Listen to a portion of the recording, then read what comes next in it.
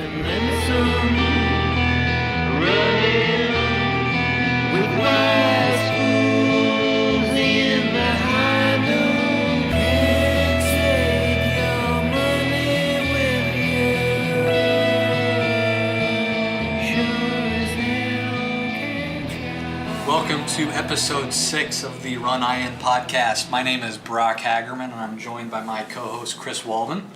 Hello.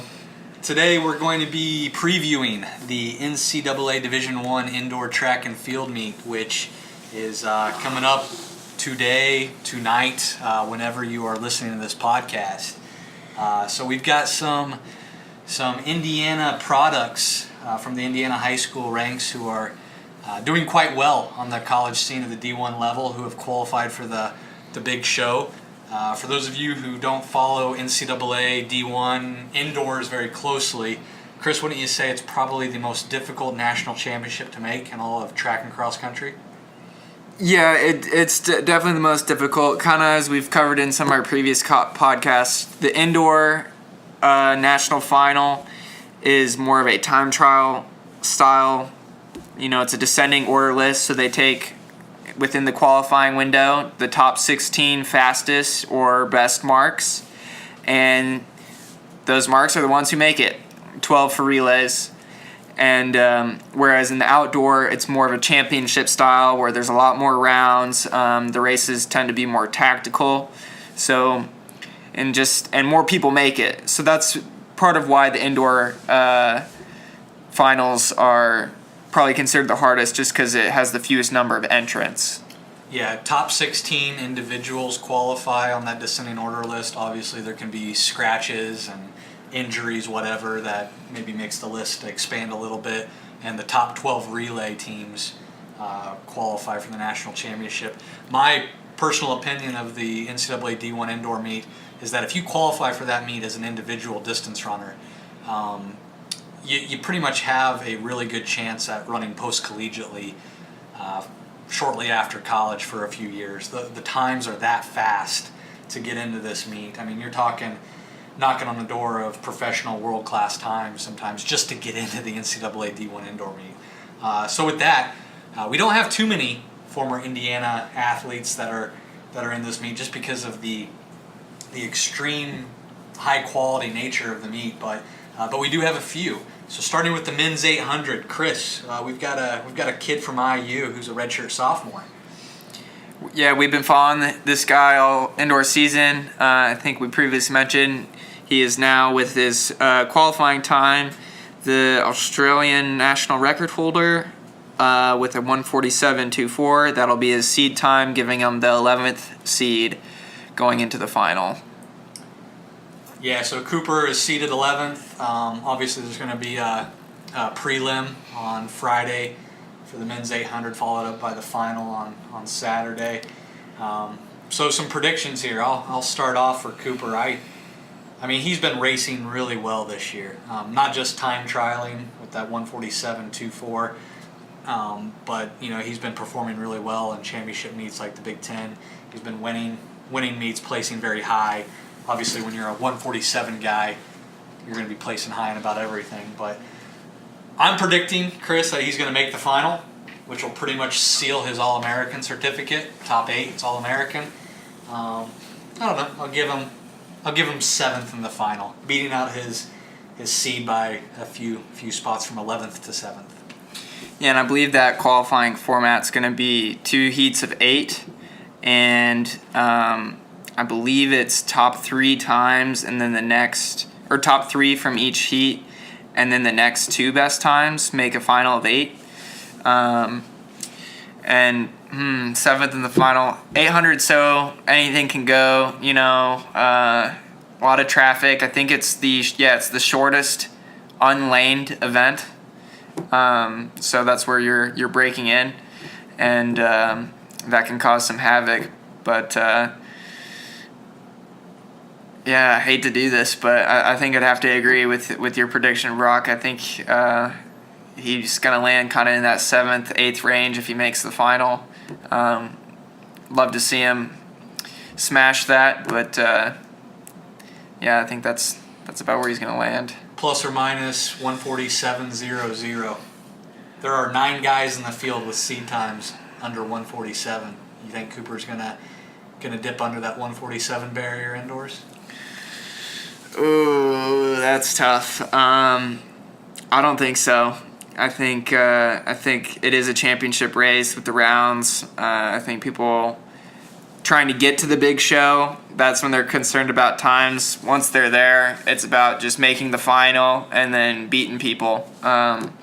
So I imagine kind of in the middle, earlier stages of the race, there's going to be a little bit of, reservedness to kind of be ready for that final push in their final kicks. So I doubt it'll go faster than his seed time. And several of these 800 runners, including Cooper, this very well could be their third race in the championship, including the prelim in the 800, and some of them, like Cooper, will be running the DMR, which we'll talk about in a little bit. So with that being the third race for Cooper, maybe sub 147 might be a bit ambitious. Might have to. He could do it though. He could do it. You never know, man. You never know. My prediction is no, though. I'm hoping for an All-American. Make the final, top 8. You can't be too disappointed when you come home with probably, I believe it will be his first All-American certificate, unless he was All-American Outdoors last year. I'd have to check my sources here, so forgive me. So moving on to our next event, the men's 5K. We have another Hoosier who is also a redshirt sophomore in his third year at IU. Mr. Ben Veach, formerly of the Carmel Greyhounds. Ben is seeded 13th out of 16 in the men's 5K with a blazing fast time. Hard to believe it's seeded 13th, but 13:40.58. Everyone in the field is seeded at 13:41 or faster. They're all seeded within 10 seconds. Number 1's 13:31. Number 16 is 13:41. So, what are you thinking of this race, Chris? Where do you think Mr. Veach is gonna land in this field? I mean, it's just crazy that people who run 13:42 don't make nationals. That is just insane. So yeah, I mean, 13th in the country. Ben Veach is the 13th fastest 5K runner in the NCAA this season. A few people can say they're top 13 in anything in the country. So that's really good. But Brock and I were talking off air earlier. We've yet to really see Ben close with the big dogs in these fast races. He's coming off a big win at Big Tens in the 3,000. Had a big last lap, stole it away. But that was in a slower race, 8:24. I think Ben ran in the 750s earlier this season. So can he close hard off that fast pace is the big question. And we'll see. This is probably going to be a little bit more tactical race. I think, I don't know, I'm sure a few of those 5K runners are coming back in something, whether it be the 3K or the mile. But there probably are at least a couple of doublers in the field. So they're going to be hoping that it goes kind of tactical. But gosh, I mean, that's a tight field, 10 seconds. Few people break 13:30 in college, and there's plenty of pros that's about what they're running. I mean, I think if Ben can improve upon his seed or run his seed, or beat his both in place and time, I think that'd be great. But I mean, even if he's 16th, he's still top 16 in the nation. So I think just being there and getting this experience and seeing what he can do will be great. So yeah, I think I'll say 12th. Improve upon his seed by one place. Yeah, it's a solid prediction, Chris, and the analysis. Ben's been at NCAA Outdoor Nationals. He's had his share of NCAA cross-country experience already. He's the Big Ten champion in the 3K. The Big Ten 3K was one of the first times I've seen him close a race that fast, albeit it was a slower paced race. Some of the Wisconsin studs, Morgan McDonald, Oliver Hoare, were not in that race, and so it wasn't quite near the level that he's going to experience here at this NCAA indoor meet. It wasn't quite at the level of the Stanford fast races that you get outdoors, or the Iowa State meet where he ran his 13:40. I'd really like to see him turn the corner here and close one time with the big dogs. I mean, he's still young. He's in his third year at IU, so he's about halfway done with his college career. 2.5 years out of 5 years, you would assume. So I think it's time. I think it's time for Veach to take it to the next level. I think that Big Ten 3K might be a morale booster of closing something out for a win. I don't think he's going to win this race because Morgan McDonald's in the field, who's ran 13:19 outdoors before. But I think Veach is going to get an All-American. I think he's going to steal the last one. I think he's going to take 8th. I think he's going to have a very solid close. Maybe not quite with the big dogs up there in the top 5, but I think it'll be good enough to get that All-American certificate and bring it back to Bloomington. So it's time. Yeah, like you said, sometimes it just takes one time, and that Big Ten, he's seen it once. Now he knows he can do it again. So he's the one I'm looking forward to most to watching coming up here at the finals. Yeah, we don't know how that race is going to go. The 5K at NCAA, sometimes it can be a jog fest with a sub 4 minute last mile by a guy like Edward Cheserek or something, or Galen Rupp from years ago. Or it can be a 13:30 race from the gun. I mean, I gotta think with a guy like Tyler Day from Northern Arizona, he's a strength runner who can, only run 4 flat in the mile, which is still fast, but he's a strength guy. I gotta think a guy like that's gonna make the pace honest. So it might not be a true kicker's race, but everyone can kick at that level, even off a fast pace. So Veach has got to be ready to close, whether it's slow or fast. So moving on to our next event, we have the men's DMR, and we have a few native Hoosiers here that are representing Indiana schools. We've got Sam Voles representing Notre Dame. He's a New Pal product, former 800-meter state champion at New Pal his senior year. Sam looks like he'll probably be running the 800-meter leg for Notre Dame's DMR. Notre Dame's DMR, Chris, they ran at I believe it was the Alex Wilson last chance meet, and 926.1.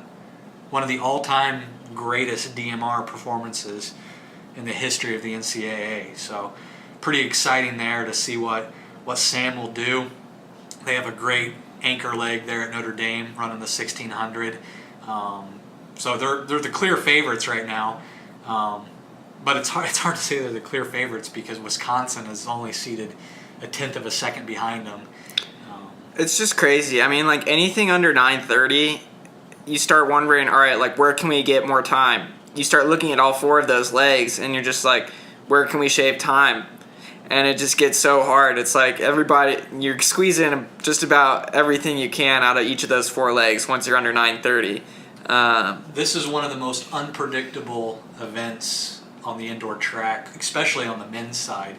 It's such a physical race. Those exchanges are just chaos, and people can get left behind on the exchange zone, drop batons, and it's a recipe for chaos. So seed times, in my opinion, really, I think you're looking at maybe 6 teams that have the talent to win, but any one of those 6 teams could pull it off. It just depends. Even clean exchanges are still very physical. Like even if there's no drop batons, there's still a lot of shoulders bumping. It's chaos. Probably not too different than what we might be seeing at the Hoosier State Relays coming up soon. Oh yeah, it's gonna be crazy in those 4x8s on the indoor track and the DMRs, and it's gonna be wild. So we also have another Indiana product. We actually have 2 more Indiana products in the DMR. surprisingly, all of our Indiana products look like they're going to be on the 800-meter legs. Representing IU, seated 4th in the DMR at 9:27.30, we have our boy Cooper Williams once again. So this will be Cooper's probably his second race of the championship. I think the 800-meter prelim is before the DMR final on Friday. Yeah. So he'll be doubling back after a prelim, looking to do another 800. And mind you, coaches can make changes. We're assuming Cooper will run this, but depending on what Coach Helmer and Coach Poor decide after that prelim, and their miler Kyle Mal also has a prelim, they could switch things up as well. So who knows? But I think IU has a good chance, as well as anyone, to win this thing. They've stole it before. I'm pretty sure Bayer anchored them to a win, if I'm not mistaken. I think. I think so. I If think not, it was past- threatening. Or yeah, either first or a second. So they're in contention. Yeah, and they have Kyle Mal as their miler, who's a 357 full miler. So whenever you got a guy that can split possibly a 355 1600 with a running start, and you got a guy like Cooper on 147, there's not many teams that have those sorts of legs right there. So yeah, hopefully they go smooth. Hopefully they avoid too much of the chaos and come out clean. Like to see IU and Notre Dame up there in the top few teams. And then the 12th seed out of 12 teams is the Stanford Cardinal. I know, Chris, you being a Pac-12 guy and being a Cal Berkeley guy, you're a big fan of the Stanford Cardinal, aren't you? Yeah, go Bears. we have we have some other sayings, but we'll stick to that one. Both mightily fine academic institutions, though. So beat Stanford, and then another 4-letter word, Stanford. No matter what, if you leave Stanford or Cal with a degree, you're doing quite well for yourself. But Stanford, seated 12th out of 12. They do have a familiar name. Looks like is going to be running their 800-meter leg, subject to coaches' changes and decisions. Hari Sathamurthy, product of Brownsburg, former state champion here in Indiana, also a redshirt sophomore, I believe. Stanford, they're seeded 12th, they're the last seed. But they could win this thing. Even though they're seeded last, they have an anchor leg by the name of Grant Fisher, who is arguably the best runner in the NCAA right now, between him and Morgan McDonald. Both of those guys have incredible range, from probably 354 mile speed to 1320 to 1330 5K type range. So what's the name of the game here for Hari and Stanford? The DMR is all about those first 3 legs. So the 800 is the last of the first 3 legs. But those first 3 legs are all about just setting up your miler to be in position. Those are really kind of the 2 phases of the race. So just get your anchor, the stick, and hopefully let the sparks fly. I would love to get either hopefully there's somebody with a camera there during that exchange zone, and see if it's Vole or Vols, Cooper, and Hari all there waiting to get the sticks, looking up the straightaway at their teammates. Kind of little Hoosier reunion there. That'd be pretty sweet. That would be awesome.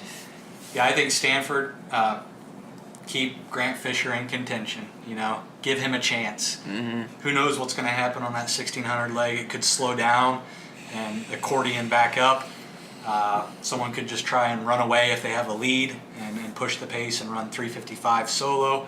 But if you have Grant Fisher within a few strides, a few seconds of the lead going into that final leg, he's got a chance to win. He can close with anyone. And, I think it really comes down to Hari's leg. I mean, I don't want to say it this way, but I don't know if there's another way to say it. Hari, if he's running the 800, he might be Stanford's weakest leg as a 150 type guy. So if Hari has a big one, pops a big PR, has the race of his life, he could be the key to their success in keeping Grant Fisher in the mix. So. And these big races can sometimes just really bring the best out of people. They rise to the occasion, and the fear of going back to the team camp, looking at the disappointed look on three faces can really drive some kids to some special performances. Yeah, no doubt. So that's all of the men's middle distance and distance runners that will be hopefully seen at the NCAA Indoor Championships coming up in the next few hours and days. We also have a few women representing the state of Indiana, primarily in the middle distance events, and primarily from one high school in Indiana, and more specifically one family in the state of Indiana. So we're looking at the Harris sisters, Chris. Let's start with Kelsey. Yeah, Kelsey coming in at the 15th seed, 2:05.46. That's moving for a female 800-meter runner. So, yeah, for her, the big thing will just be trying to make that final, getting top 3 in her heat, or at least putting in, hopefully get one of the callbacks for the next best 2 times. So, Brock, do you have which heat she's in? If she's in the first or second heat there? I don't have the heats in front of me. I do know she's seeded 15th with that 2:05.4. Okay. So and there's the 8th seed is at 2:05.3, and so she's within a second of making the final based on seeds. So yeah, she's got her work cut out for her, obviously, to get down to that level to make the final, but that's why they run the races. And honestly, any of these athletes that are there have a chance to make the final. You make the final, you're guaranteed All-American. So yeah, what do you think she's going to do? You think she's going to... It's her senior year. You got to think there's some senior motivation too, Chris.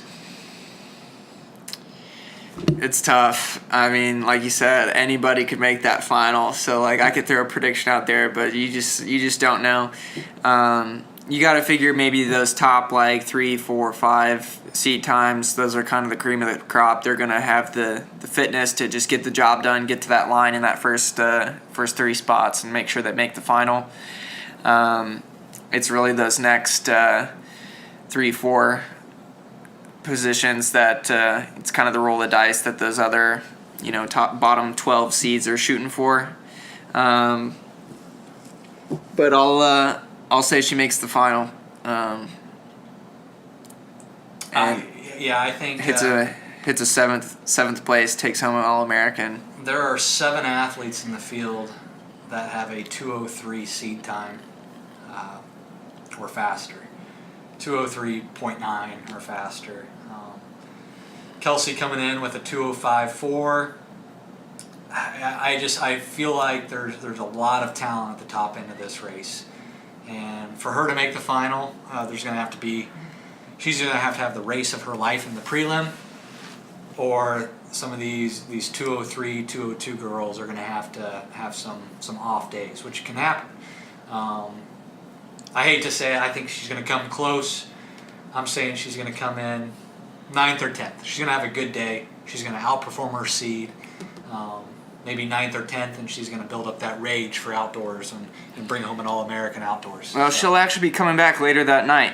So That's right. Coming back with her sister, representing IU in the DMR, and I think this will be a good chance for an All-American, Chris, right here. So who do we have? What legs? So Kelsey will be coming back on IU's 6th seeded DMR. I believe she'll probably be running the 800 again, along with her sister on Haley on the 1200. So that'll be pretty special. There's a 400-meter runner between them, but the same baton will be making its way around that track.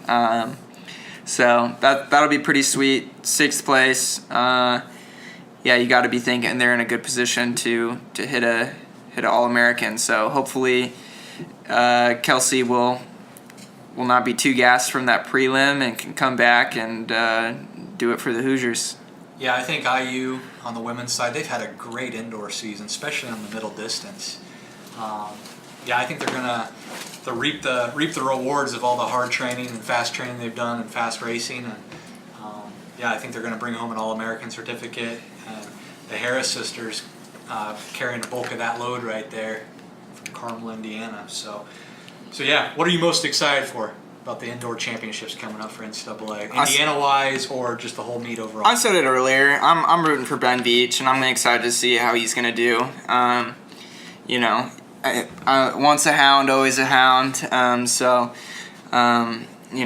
We never ran together at Carmel, but we've developed a little bit of relationship since then, and he's a great kid. He's got a great head on his shoulders, hard worker. I don't think anybody really deserves it more than he does. So I'm looking forward to and rooting for Ben at the finals this year. Yeah, I'll take it a little more global outside of Indiana. I'm looking forward to seeing that men's 3K, the last distance event of the championship, and hopefully seeing a battle of Grant Fisher versus Morgan McDonald.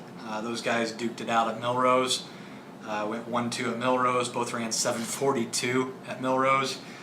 Both of them are going to have a race under their legs, with Grant Fisher having the DMR under his legs from the night before.